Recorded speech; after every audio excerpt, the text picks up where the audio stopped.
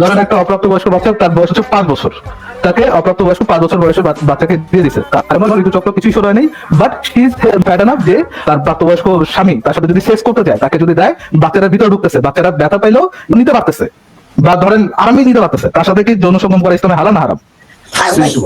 ব্যথা পাইলে আর আরামে দুইটা একই প্রশ্নের মধ্যে ঢুকানোটা কি? ধরেন সে অ্যাটলিস্ট বিয়ার করতে পারতেছে, সে এটা দিতে অ্যাবল হচ্ছে। আপনার প্রশ্নটা আমি একটু ক্লিয়ার হতে চাচ্ছি, এই যে সে ম্যানেজটা কনজিউমেট করতেছে, এটার কারণে বাচ্চাটার কোনো ক্ষতি হচ্ছে কিনা?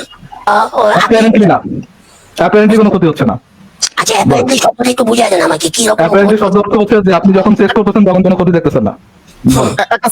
একটা সেকেন্ড আমি ওয়ান্ডারকে একটা করে দিই, একটা নোট ধরাই দিই। নোটটা হলো এখানে ম্যারেজ কনজিউমেট করার ক্ষেত্রেও কিন্তু গার্ডিয়ান মানে বাবা মানে অলির কিন্তু একটা পারমিশন মাস্ট পারমিশন দিয়ে দিছে, এবং সে ক্যাপাবল কিনা এটা কিন্তু স্বামী চেক করবে না, এটা চেক করবে তার বাবা, তার গার্ডিয়ান যদি মনে করে মেয়ে ক্যাপাবল, ঠিক আছে? কোন মেশিন ঠিক করবে ভাই? কোন মেশিন দিয়ে দেখবে? একটা মেয়ে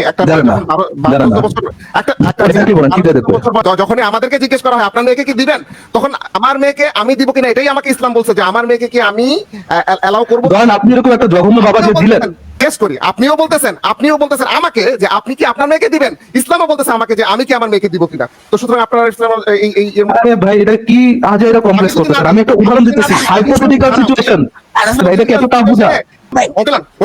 হাইপোথেটিক্যাল সিচুয়েশনে যদি ইসলাম এটা হারামও করে তারপরেও কেউ অকারেজটা করতে পারে। জি, আপনি যখন বলছেন হাইপোথেটিক্যাল সিনারিও দিচ্ছেন, মাহবুব ভাই আপনাকে হাইপোথেটিক্যাল একটা সিনারিও দিচ্ছে যে এটা হারাম, যেমন ইসলামে মনে করেন জেনা হারাম, কিন্তু তবুও মানুষ জেনা করতে পারে।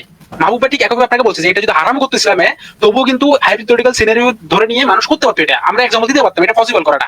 মাশাআল্লাহ, আমার গোবর গণেশ দিনী ভাই মোহাম্মদ নিজের স্তন ঝাঁকানো আমিনকে কেউ যদি জিজ্ঞাসা করে ইসলামের শিশু বিবাহের বৈধতাকে আপনি যদি হালাল ও নৈতিক কাজ হিসাবে মনে করেন, তবে আপনি কি আপনার শিশু মেয়েকে কোনো প্রাপ্তবয়স্ক পুরুষের সাথে বিয়ে দিবেন?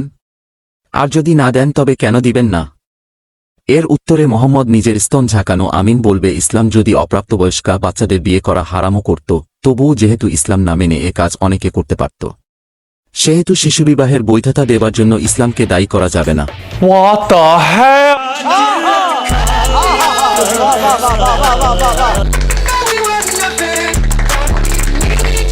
आप कहाँ थे ज्ञानी बाबा? I've been just astonished to listen to that actually. क्या बात है सर, क्या बात है सर, क्या बात, ये बात है।